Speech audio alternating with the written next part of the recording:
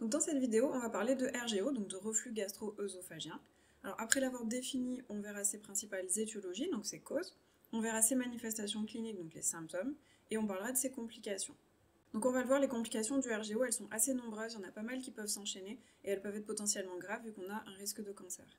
Donc on va parler d'œsophagite, de sténose, d'hémorragie, avec les conséquences que ça peut avoir, comme une anémie par exemple. On va parler de métaplasie, de dysplasie, d'adénocarcinome, de dysphagie et de dénutrition. Et bien évidemment, on va définir tous ces termes.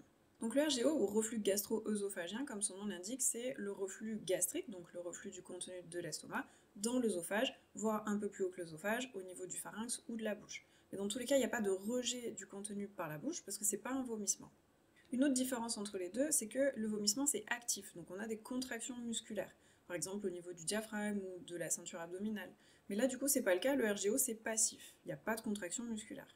On est juste sur des modifications anatomiques ou fonctionnelles au niveau de l'estomac ou de l'œsophage qui vont faciliter un passage en sens inverse. Donc le RGO c'est pas forcément problématique, ça peut être physiologique, c'est le cas chez les nourrissons parce que le système digestif n'est pas complètement fini, la jonction œsogastrique elle n'est pas complètement étanche, ou simplement si on s'allonge ou qu'on se penche après un repas. Mais par contre, quand il commence à devenir fréquent et répété, à ce moment-là, on est sur un RGO pathologique, et c'est là où on risque de voir apparaître l'enchaînement des complications qu'on détaillera tout à l'heure. Alors, avant de voir les étiologies, donc les causes de RGO, il faut faire un petit point de physiologie rapidement. Donc, entre l'estomac et l'œsophage, on a la jonction œsogastrique avec le sphincter inférieur de l'œsophage, donc le SIO. Il fait partie de la barrière anti-reflux avec le diaphragme qui vient entourer le SIO. Donc ce sphincter, il doit rester fermé tout le temps où l'estomac se contracte et procède à la digestion, et il pourra ensuite se relâcher, donc s'ouvrir, quand l'estomac se sera vidé dans l'intestin et qu'il ne sera plus en train de se contracter. Pour ce qui est de l'anatomie rapidement de l'estomac, il commence par une zone qui s'appelle le cardia, qui est en continuité de l'œsophage, et c'est ce cardia qui contient le SIO. Ensuite, l'estomac il va se terminer par un autre sphincter qui est le pylore et qui fait la jonction avec l'intestin. Donc parmi les causes de RGO, on peut citer une défaillance de cette barrière anti-reflux. Donc c'est soit le SIO qui n'arrive pas à se contracter, soit le diaphragme qui est trop relâché, pas assez tendu, et qui n'arrive plus à renforcer l'action du SIO en l'entourant. Donc pour ce qui est de la baisse de contraction, donc de tonicité du SIO, donc c'est une hypotonie du SIO, c'est favorisé par le tabac, qui est du coup un important facteur de risque de RGO. Ensuite, on a aussi les hernies hiatales par glissement qui entraînent un risque de RGO. Mais alors, qu'est-ce que c'est ? Donc une hernie, déjà, c'est quelque chose qui sort de sa position anatomique normale. Donc on peut en avoir à plusieurs endroits. Les plus connus, c'est les hernies discales, au niveau des disques des vertèbres, dans la colonne vertébrale. Ici, on est sur une hernie hiatale. Ça correspond au cardia, donc la partie de l'estomac qui contient le SIO, qui va glisser vers le haut, qui va sortir de sa position anatomique normale. Au lieu d'être au niveau abdominal, elle va passer dans le thorax. Et donc du coup, notre SIO, il remonte. Il n'est plus là où il devait être, il est un petit peu plus haut. Donc il n'est plus entouré par le diaphragme, puisqu'on a cette désolidarisation finalement des deux éléments qui constituaient la barrière anti-reflux. Petit point de terminologie, pourquoi est-ce qu'on appelle ça une hernie hiatale ? Ça vient du nom du trou dans le diaphragme au niveau duquel passe l'œsophage, puisque ce trou il s'appelle le hiatus œsophagien. Et donc normalement c'est ce fameux hiatus œsophagien, ce trou dans le diaphragme, qui va entourer le SIO. Ici le SIO il est un petit peu plus haut, il est plus au niveau du hiatus œsophagien, donc s'il n'arrive pas à se contracter suffisamment, on a un risque de RGO qui apparaît. Ensuite, on peut citer comme cause de RGO tout ce qui va augmenter la pression au niveau de l'estomac. Donc ça va passer par une augmentation de la pression autour de l'estomac, c'est-à-dire la pression abdominale. Et du coup, là, comme cause, on peut citer l'obésité ou les efforts, les épisodes de toux répétés, etc. Donc à ce moment, la pression gastrique, elle augmente. Elle risque de dépasser la pression du SIO, donc la pression que le sphincter fait en se contractant. À ce moment-là, du coup, le sphincter risque de s'ouvrir et le contenu gastrique, sous l'effet de la pression, va remonter dans l'œsophage. Et donc c'est ce qu'on appelle un RGO. Donc comme on l'a dit juste avant, tout le temps où l'estomac se contracte pour faire la digestion, le SIO qui est au-dessus, il doit rester fermé. Donc tout ce qui rallonge le temps qui va être mis par l'estomac pour digérer, ça augmente le temps où le SIO doit rester fermé, donc doit rester contracté. Donc ça augmente le risque de le fatiguer et de le faire finalement au bout d'un moment se relâcher. Donc ça va être le cas lorsque le contenu gastrique va rester trop longtemps dans l'estomac, il va stagner trop longtemps et c'est ce qu'on appelle une stase gastrique. Alors ça peut être dû à une baisse de motricité au niveau de l'estomac, donc il n'arrive pas à se contracter suffisamment bien, du coup ça prend trop de temps. Donc cette baisse de contractilité, c'est une gastroparésie. Donc on a parésie, c'est le niveau un peu en dessous de la paralysie. Donc ça veut dire que la contraction elle est moins bonne, elle n'est pas complètement absente, mais ça marche moins bien.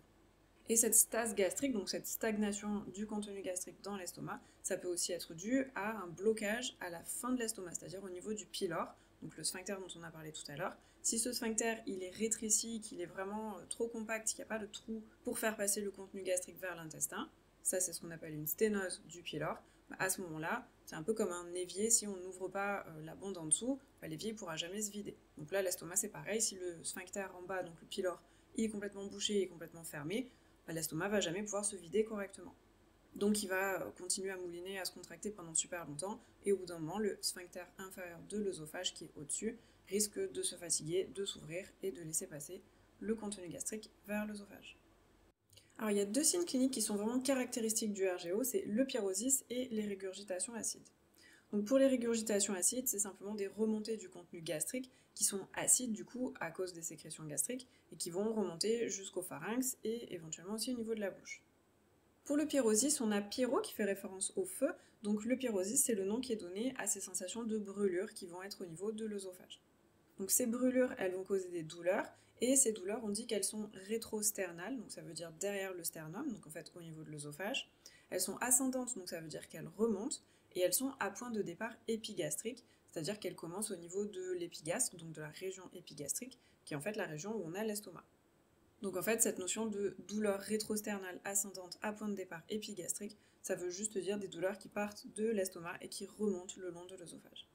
Donc ce qui est important, c'est que si on a un patient qui présente ces 2 signes, donc le pyrosis et les régurgitations acides, on n'a pas besoin de faire d'examen pour poser le diagnostic. Donc ces signes sont vraiment caractéristiques. Si on a les 2, on a le diagnostic de RGO. Là où on va faire des examens complémentaires, donc des examens paracliniques, c'est si on suspecte des complications. Donc c'est un patient qui a des facteurs de risque de complications comme le cancer par exemple, mais c'est pas pour affirmer ou non la présence du RGO. Ça, ce diagnostic juste du RGO, il est posé si on a le pyrosis et les régurgitations acides. À côté de ça, le RGO il peut entraîner d'autres signes cliniques, donc c'est pas obligatoire, et c'est lié à l'acidité qui se déplace un petit peu. Donc cette acidité, elle peut aller au niveau de la bouche, à ce moment-là elle va perturber le microbiote buccal, donc l'ensemble des bonnes bactéries qu'on a au niveau buccal, et du coup ça peut amener à des caries, à des inflammations avec des gingivites, etc. Si ces régurgitations, quand elles remontent dans la bouche, au lieu d'être dégluties, elles sont inhalées, c'est ce qu'on appelle une fausse route, elles vont passer dans les voies respiratoires, et ça va agresser les poumons. Donc là on parle de pneumopathie d'inhalation. Donc c'est cette notion de pathologie, donc d'affection au niveau des poumons à cause de l'inhalation de ces régurgitations acides. L'acidité, si elle se retrouve au niveau du larynx, elle va pouvoir irriter les cordes vocales et à ce moment-là, ça donne une voix un petit peu plus grave, un peu comme enrouée. Et enfin, l'acidité, elle peut se balader par un petit canal jusqu'au niveau des oreilles et du coup, ça va causer des douleurs au niveau des oreilles qu'on appelle des otalgies. On l'a dit tout à l'heure, un RGO pathologique, ça entraîne un risque de complications. Et elles vont toutes partir de la complication initiale essentielle du RGO, qui est l'œsophagite peptique. Donc on a IT pour inflammation, donc ici l'inflammation de l'œsophage, plus précisément de sa muqueuse. Et c'est dû à la brûlure par l'acidité qui remonte de l'estomac. Et on a aussi l'action des enzymes gastriques, donc les enzymes digestives de l'estomac, comme la pepsine par exemple, qui est une protéase, et qui va du coup pouvoir, lorsqu'elle remonte, s'attaquer aux protéines des cellules épithéliales de l'œsophage. Du coup, on va avoir des ulcérations de la muqueuse, donc en fait une destruction de l'épithélium et plus ou moins du tissu conjonctif qu'il y a en dessous. Et c'est pas un état normal, c'est un état de stress. Donc le système immunitaire va être appelé, recruté au niveau de la muqueuse œsophagienne, d'où cette notion d'inflammation. Mais des inflammations de l'œsophage, donc des œsophagites, il y en a plein, il y en a qui peuvent être dues à plein de choses. Donc ici, quand on utilise le terme peptique, c'est pour montrer que cette œsophagite, elle est due à ce reflux gastro-œsophagien. Pour s'en souvenir, on peut faire un lien entre peptique et pepsine, donc cette fameuse enzyme qu'on a au niveau de l'estomac. Mais en tout cas, c'est un terme important, on va le retrouver après avec d'autres complications. Donc dès qu'on a peptique, ça veut dire qu'on est en fait sur quelque chose qui est directement la complication d'un RGO. Donc ici, cette œsophagite peptique, c'est cette notion d'inflammation, d'ulcération, donc de destruction de la muqueuse œsophagienne à cause de l'acidité et des enzymes gastriques qui remontent et qui agressent la muqueuse de l'estomac. Et ce qui est intéressant, c'est que si elle cicatrise mal, c'est là où on va avoir les autres complications qui s'enchaînent. Comme on vient de le dire, ces complications un peu plus tardives du RGO, c'est en fait les complications de l'œsophagite peptique. Et la première qu'on peut citer, c'est l'hémorragie. Donc elle va être due en fait à cette inflammation, cette agression, toutes ces destructions qui peuvent toucher un vaisseau sanguin, puisqu'on a des vaisseaux sanguins dans le tissu conjonctif en dessous de l'épithélium, donc au niveau de la muqueuse. Du coup, si c'est un gros vaisseau sanguin qui se retrouve percé, donc une artère par exemple, on va avoir une hémorragie aiguë. Donc ça veut dire beaucoup de sang d'un coup qui va se répandre à l'intérieur de l'œsophage, donc dans sa lumière, et ce sang par exemple il va pouvoir être vomi, c'est ce qu'on appelle une hématémèse. On a hémèse pour la notion de vomissement et hémate ou hémato pour le sang. S'il n'est pas vomi, ce sang il va simplement suivre le trajet digestif normal, il va être digéré, coagulé, et le fer qu'il y a à l'intérieur des globules rouges va être oxydé. Donc ça le rend beaucoup plus noir. Du coup, ça va nous donner ce qu'on appelle un méléna, c'est-à-dire des selles noires goudronneuses à cause de tout ce sang qui a suivi le trajet digestif, qui a été du coup digéré, coagulé et dont le fer a été oxydé. Donc ça, c'est ce qui se passe quand on a un gros vaisseau qui est percé. Si au contraire, on a un petit vaisseau sanguin, donc un capillaire, qui se retrouve érodé, il va fuiter, il va perdre un petit peu de sang régulièrement, de manière répétée, et ça va pas se voir. Ça, c'est ce qu'on appelle une hémorragie chronique. On peut aussi parler d'hémorragie distillante, c'est cette notion de compte-goutte, de distillation. Et on peut aussi parler d'hémorragie occulte, dans le sens où elle est occultée, on la voit pas. Elle ne se manifeste pas par des signes cliniques directs, contrairement à l'hémorragie aiguë, où on a vu soit hématémèse ou alors le méléna. Donc ici, avec notre hémorragie chronique, le problème c'est qu'on va perdre des globules rouges, mais donc en fait on va surtout perdre du fer qui est à l'intérieur des globules rouges. Du coup, le problème c'est pour la moelle osseuse. Parce que quand elle va vouloir produire des globules rouges, quand elle en arrive à devoir produire l'hémoglobine pour remplir ces globules rouges, ben ça bloque. Parce que on sait, l'hémoglobine c'est une protéine qui contient du fer. Donc si on n'a pas assez de fer, on ne pourra pas faire assez d'hémoglobine. Du coup, forcément, on ne pourra pas faire assez de globules rouges. Et ils seront aussi beaucoup trop petits, parce qu'ils ne seront pas assez remplis de ce pigment qui est l'hémoglobine. Donc cette hémorragie chronique, ça va se voir au niveau d'un bilan sanguin, un bilan biologique. Déjà, on va voir la carence en fer, donc la carence martiale. Ça va se manifester par un fer circulant qui est bas, et par une baisse des réserves en fer, puisqu'on aura consommé petit à petit nos réserves en fer, et ces réserves, c'est ce qu'on appelle la ferritine. Donc dès qu'on a le fer circulant bas et la ferritine basse, c'est vraiment le signe de cette carence en fer qu'on appelle une carence martiale. Ensuite, les conséquences de cette baisse de production de globules rouges par la moelle osseuse, ça va nous donner ce qu'on appelle une anémie. Donc attention, une anémie, c'est une baisse de l'hémoglobine. Ici, cette anémie, elle va être microcytaire. Microcytaire, ça veut dire que sur un bilan, on aura un VGM, donc un volume globulaire moyen, qui sera trop bas. Ça veut dire en fait que nos globules rouges sont beaucoup trop petits. Cette anémie, elle est aussi dite hypochrome. Chrome, c'est pour la couleur. Donc ici, les globules rouges sont pas assez rouges, ils sont un petit peu plus pâles, parce que toujours pareil, ils sont moins concentrés en hémoglobine, et cette hémoglobine, c'est un pigment rouge. Donc là, sur un bilan bio, le paramètre, c'est le CCMH. Ça fait référence à la concentration corpusculaire moyenne en hémoglobine. Donc en gros, c'est juste, par globule rouge, la concentration qu'il y a en hémoglobine à l'intérieur. Et dernier point, cette anémie, elle va être dite arégénérative. Donc on a bien le A privatif devant régénératif. Donc c'est qu'il y a une absence de régénération. Ça montre que le problème, il est au niveau de la moelle qui ne produit pas assez de globules rouges. Ici, à cause de ce manque de fer. Donc sur un bilan, on verra les réticulocytes qui seront trop bas. Les réticulocytes, c'est les précurseurs de globules rouges qui sont directement envoyés dans le sang par la moelle osseuse. Donc tout ça, cette anémie microcytaire hypochrome arégénérative à cause d'une carence martiale, ça s'appelle une anémie fériprive. On a cette notion de privation de fer qui entraîne une anémie. Ensuite, on a deux grands enchaînements possibles de complications en fonction du mode de cicatrisation délétère de notre œsophagite peptique. Donc on peut avoir d'une part une cicatrisation fibrotique. Donc ça, c'est la formation d'une espèce de croûte avec trop de fibres, donc trop de protéines, en fait, trop de collagène, qui est créé pour essayer de réparer cette œsophagite peptique. Donc là, finalement, c'est comme une croûte qu'on pourrait avoir sur la peau, c'est quelque chose qui n'est pas élastique, ça se rétracte, c'est quelque chose qui est épais, ça prend de la place. Mais ici, c'est pas sur la peau, c'est à l'intérieur de la lumière de l'œsophage.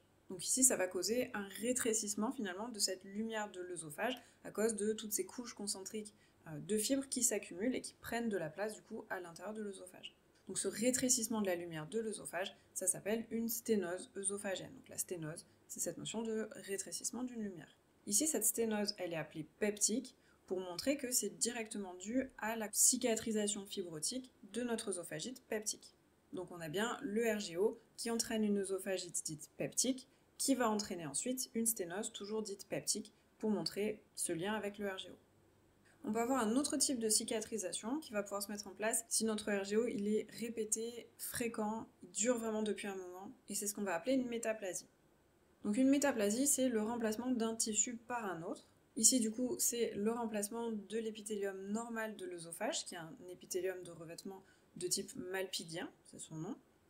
Et là, il va être remplacé par un épithélium de type glandulaire, qui est similaire à celui de l'intestin. Mais pourquoi finalement ? Comme j'ai dit juste avant, cette métaplasie, elle se met en place quand on a quelque chose de répété, de fréquent. Donc assez tardivement, après des mois voire des années d'évolution d'un RGO avec une œsophagite peptique un petit peu chronique. Donc si on se met à la place de l'œsophage, ça fait des mois voire des années que son épithélium se fait détruire, puis qu'il doit être reconstruit, le tout pour se refaire en fait détruire par une nouvelle vague d'acidité et d'enzymes en provenance de l'estomac. Le truc c'est que c'est assez long de recréer un épithélium de revêtement malpigien comme on a du coup normalement au niveau de l'œsophage. Il y a plusieurs couches de cellules, etc. donc c'est assez long. Donc finalement, au bout d'un moment, l'œsophage, il en a un peu marre de recréer un super épithélium qui prend vachement de temps pour que ça soit juste redétruit juste après par la prochaine vague de RGO. Donc en fait, il prend exemple sur l'intestin, parce que l'intestin, de base, lui, il a un épithélium glandulaire qui est assez facile à faire et qui se renouvelle très rapidement. Donc en fait, l'œsophage, il se dit, bah tiens, j'ai qu'à faire comme l'intestin, ça ira beaucoup plus vite, et puis comme ça, au moins, bah, si cet épithélium, après, il se refait brûler, bah, c'est pas grave, ça aura été plus rapide à faire. Donc ici, ce qu'il faut comprendre, c'est que c'est vraiment bien cette pression d'agression qui est répétée, qui va pousser au bout de plusieurs mois, voire plusieurs années, l'épithélium de l'œsophage à repousser sur un mode différent. Donc ça va forcer cette cicatrisation métaplasique avec le remplacement de l'épithélium normal, malpigien de l'œsophage, par un épithélium glandulaire de type intestinal. Cette métaplasie au niveau de l'œsophage, ça porte deux noms. On peut parler soit d'œsophage de Barrett, ou alors, c'est un peu long, endobrachyœsophage, donc EBO pour aller plus vite. À partir de cette métaplasie, on a un enchaînement de complications qui risque de se mettre en place, parce que ce qu'il faut bien comprendre, c'est que même si cet épithélium glandulaire, il est normal, il est quand même pas au bon endroit. Donc il n'est pas dans les mêmes conditions, il n'est pas soumis au même environnement, il n'est pas régulé de la même manière, puisqu'il est dans l'œsophage au lieu d'être au niveau de l'intestin. Du coup, le risque, c'est qu'on ait certaines de ces cellules métaplasiques qui se développent de manière un petit peu anormale. Et là, c'est ce qu'on va appeler la dysplasie. Donc on a bien plasie pour développement cellulaire et dys pour dysfonction, donc cette notion de développement cellulaire qui va être anormal. Le problème, c'est que la dysplasie, c'est un état précancéreux. On peut parler de bas grade, donc ça risque d'évoluer en cancer. Ici, ce cancer, on va appeler ça un adénocarcinome. Donc on a carcinome pour faire référence à la notion de cancer, et le adéno devant, c'est pour montrer qu'on a une cancérisation à partir d'une cellule épithéliale glandulaire. Puisque si on refait l'enchaînement, on a cette métaplasie qui fait arriver un épithélium glandulaire. Ensuite, ces cellules glandulaires se développent de manière anormale, donc ça c'est la dysplasie. Et ensuite, ces cellules épithéliales glandulaires vont se cancériser. Et donc par définition, un cancer qui est dû à la prolifération d'une cellule épithéliale glandulaire, ça s'appellera toujours un adénocarcinome. Donc cet adénocarcinome, c'est un cancer, c'est une tumeur. Donc par définition, c'est une prolifération anormale et incontrôlée de cellules à l'intérieur du tissu. Du coup, ça va créer une masse, ça se développe, ça prend de la place, ça grossit. Donc là encore, on se retrouve avec quelque chose qui va venir prendre la place de la lumière à l'intérieur de l'œsophage. Donc on est encore sur un rétrécissement de la lumière œsophagienne, donc une sténose. Par contre, pour faire la différence avec notre sténose peptique de tout à l'heure, ici la sténose, on va appeler ça une sténose tumorale, puisque la cause directe, c'est la présence de ce cancer qui grossit à l'intérieur de la lumière de l'œsophage. Donc la sténose, que ce soit une sténose tumorale à cause du cancer ou la sténose peptique directement par cicatrisation de l'œsophagite peptique, on est toujours sur un rétrécissement de la lumière de l'œsophage. Donc à force de rétrécir la lumière, à un certain point, on a un risque de blocage du passage des aliments dans l'œsophage. Et ça, c'est ce qu'on appelle une dysphagie. Donc on a phagie pour le fait de s'alimenter et dys toujours pour cette notion d'avoir quelque chose qui est anormal. Donc ici, cette dysphagie œsophagienne, c'est une sensation de gêne ou de blocage du passage des aliments dans l'œsophage. Du coup, le patient, il va plus pouvoir s'alimenter normalement, donc soit il va plus manger, soit il va simplement manger des choses liquides ou mixées, mais du coup, on n'aura pas des apports alimentaires qui seront corrects et qui correspondront à ses besoins. Et ça, encore plus si on est dans une étiologie cancéreuse, parce que ça va vraiment encore plus puiser dans les réserves. Donc dans tous les cas, on a un risque de perte de poids, voire de dénutrition. Donc en conclusion, on a vu que le RGO, ça pouvait être dû à pas mal de causes, donc d'étiologies différentes, avec une défaillance de la barrière anti-reflux, donc soit l'hypotonie du SIO ou le relâchement du diaphragme. Également, on a les hernies hiatales par glissement qui peuvent entraîner des RGO. On a vu aussi la notion de stase gastrique, soit à cause d'une sténose du pylore ou d'une gastroparésie. Et on n'oublie pas les facteurs de risque qui sont assez fréquents et assez importants, avec par exemple le tabagisme et l'obésité. On a vu les deux signes cliniques principaux qui sont vraiment caractéristiques du RGO, qui sont le pyrosis et les régurgitations acides, et qui suffisent à eux-mêmes à poser le diagnostic. Ensuite, on a vu les complications, avec la première complication qui est vraiment essentielle et obligatoire pour avoir toutes les autres, et qui est l'œsophagite peptique. on a vu le risque d'hémorragie, donc soit les hémorragies aiguës avec hématémèse et ou méléna, ou les hémorragies chroniques avec une carence martiale et derrière une anémie fériprive. Et enfin, on a vu les deux enchaînements possibles de complications avec soit une cicatrisation fibrotique de l'œsophagite peptique, ce qui amène à ce moment-là à une sténose peptique, ou de l'autre côté, quand on a quelque chose de beaucoup plus fréquent, répété et ancien, on va avoir une métaplasie. Donc ici, ça s'appelle soit l'œsophage de Barrett, soit l'endobrachie œsophage. Cette métaplasie, elle entraîne une dysplasie qui elle-même entraîne un risque de cancérisation du nouvel épithélium glandulaire qui est arrivé, donc ça va former un adénocarcinome. À cause de cet adénocarcinome, donc de cette masse qui se développe à l'intérieur de l'œsophage, on a un risque de sténose, cette fois on est sur une sténose tumorale. Et quelle que soit notre sténose, on a un risque de dysphagie, donc sensation de gêne ou de blocage lors du passage des aliments dans l'œsophage, et derrière ça entraîne malheureusement un risque de perte de poids, voire de dénutrition.